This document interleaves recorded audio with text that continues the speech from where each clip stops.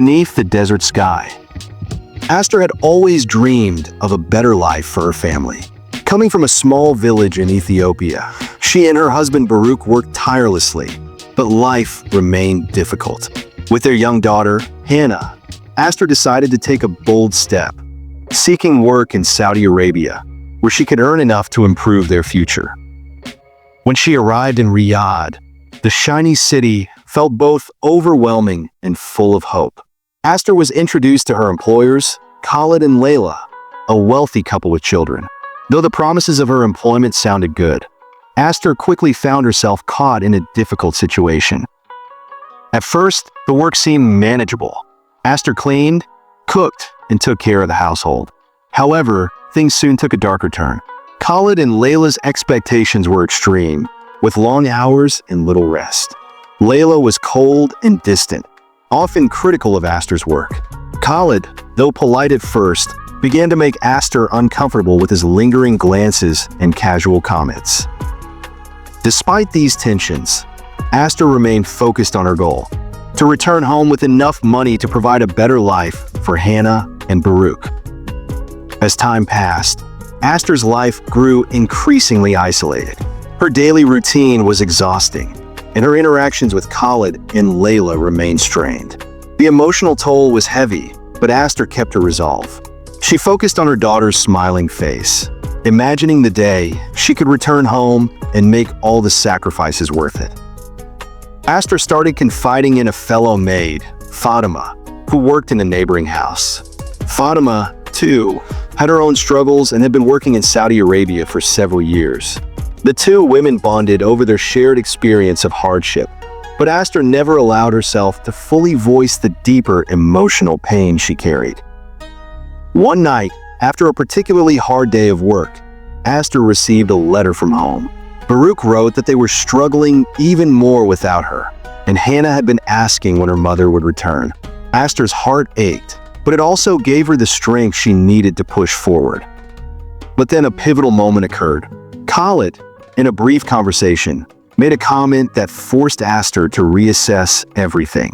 He implied that her future in the household was at his discretion, and that her value was solely tied to her work. This subtle but chilling threat lit a fire in Aster's heart. She realized that she could no longer stay in a place where her worth was diminished and her safety was at risk. Aster made a choice. She would leave. But it wasn't just about escaping her circumstances. It was about finding a way to reclaim her life. She didn't just want to leave. She wanted to make sure that other women in similar situations would be able to speak up and be heard. She took every step carefully, secretly gathering evidence of the abuse. Small things like cruel words, unfair demands, and the emotional manipulation she had endured. She recorded her experiences in a small notebook she kept hidden under her pillow. The day finally came when Aster took action. She approached Layla with her resignation, stating that she could no longer work under such conditions.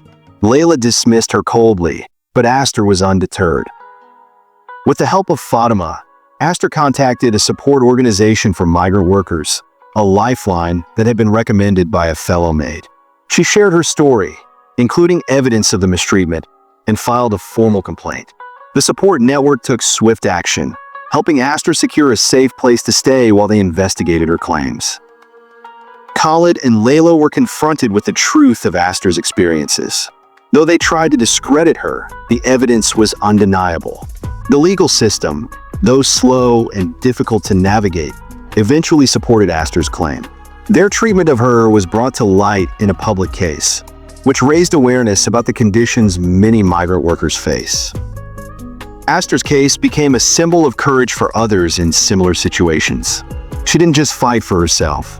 She fought for those who couldn't speak out. Her story began to spread, sparking a larger conversation about the rights of domestic workers in the Middle East. Months later, Aster was able to return to Ethiopia. When she arrived at the airport, she was met by Baruch and Hannah, who ran to embrace her. She was not the same woman who had left. Her spirit was stronger, her voice clearer, and her sense of purpose unshakable.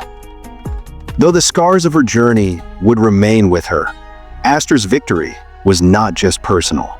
She had stood up for herself, and in doing so, she had become a voice for many others. Back in Ethiopia, Aster became an advocate for migrant workers, sharing her story and pushing for better protections for those working abroad. She worked with organizations to help others like her, guiding them toward resources and offering emotional support. Her life was no longer defined by the hardships she endured.